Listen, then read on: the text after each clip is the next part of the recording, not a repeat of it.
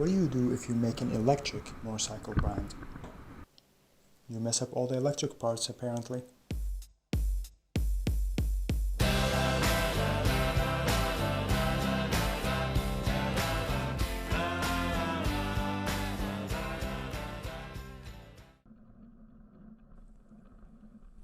Soco started making the TC around 2017, an upgrade from the TS model with a 30 amp hour battery powering a 15 kilowatt motor.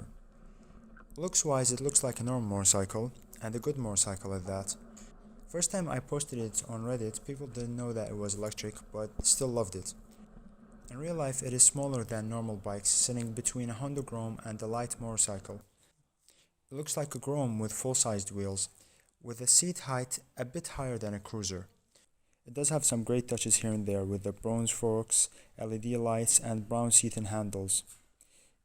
Tons of people stopped me on the road and asked if the motorcycle is an electric or a gas running bike.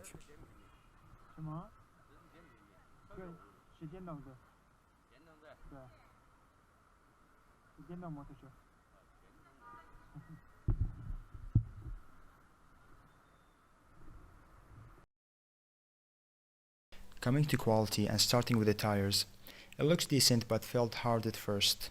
That's what she said.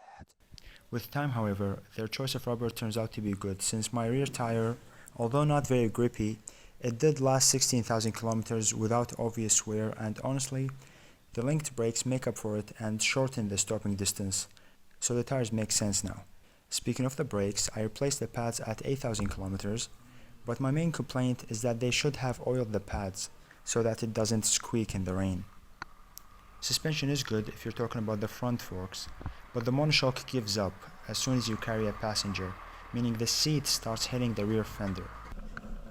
Headlight is excellent and easily adjustable up and down, but I did have to add a button if I wanted to turn off all the lights at night. And if your turn signal lights broke, then honestly just get the short ones, like aftermarket ones, that don't bend, so you don't have to worry about your passengers kicking it and breaking it all the time.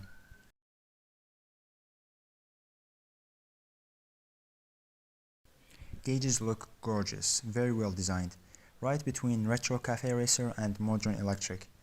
No clock however, but it does have a thermometer. The controls are good as well, except that park button.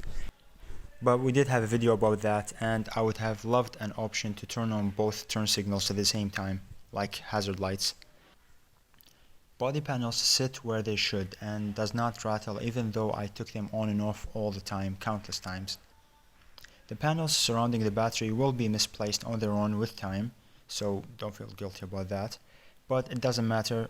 If the battery shakes and bumps, then just stuff a piece of fabric between it and the trunk and it'll be fine. And since we're talking about the battery, it's almost empty under the trunk. You can open it and see. So if they place the battery lower in the bike, it'll handle better and it'll give you way more storage space. I mean, yeah, granted, it'll be hard to take out, but really no one's gonna take it out that often. Also, the trunk lock is plastic. Why? The pegs are adjustable and they protect the body if you drop the bike, but doing so they'll probably break or bend. The seat supports your thick butt like a sugar daddy supports a thick butt. The motor, well, it was all fun and games until it died. Yeah, no, you heard me right. Around 16,000 kilometers the motor stopped working while I was riding on the beach, and the good people over at Soco said that they'd not fix it, and the insurance was over like 3 months ago, so I had to order a new motor. And I should add other notes. Let's see, if you're in China, the police don't care about your bike because it's an electric. They actually like it. I mean, depends on the place. The pegs might wear off some paint or like, some black brush kind of thing on your shoes. So, keep that in mind. It's not so bad. The wire that connects the bike to the battery might burn if you ride for a long time in the summer, because it did on the TC and TS. So just keep that in mind. Maybe add some ventilation, I don't know. The bar protectors are not bolted in. They're part of the grips. So if you want to remove them, you have to cut them off permanently.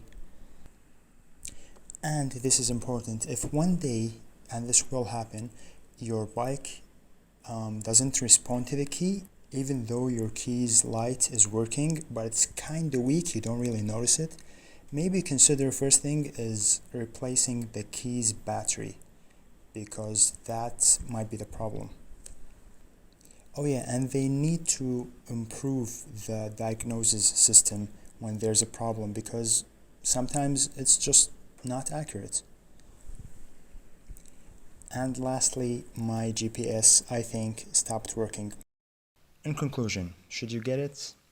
Well, it depends. You see, the quality is good when you compare it to cheap Chinese scooters, but it isn't great when you price it similar to a 125 or 250cc internal combustion motorcycle.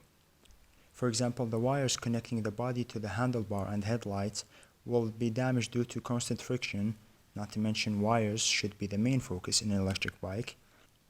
Then there you are wondering why the bike isn't going. Could it be the throttle, the stand sensor, the park button, or the brakes? All of those can block power to the motor, and that's just one example. I mean, one day the key receiver in my friend's bike stopped working for no apparent reason, and we had to replace it, while it was just parked there doing nothing. Look, I'm not saying don't get a Soco necessarily, but if you do get one, expect to replace a thing or two, and be gentle with it. They do need to work out some things here and there, but honestly, I would always love my first bike. They make great commuters and first bikes.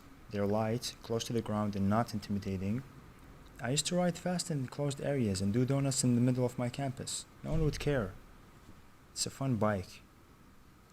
Unfortunately, it doesn't serve me anymore, and I need something that'll carry me further. So guess what I did?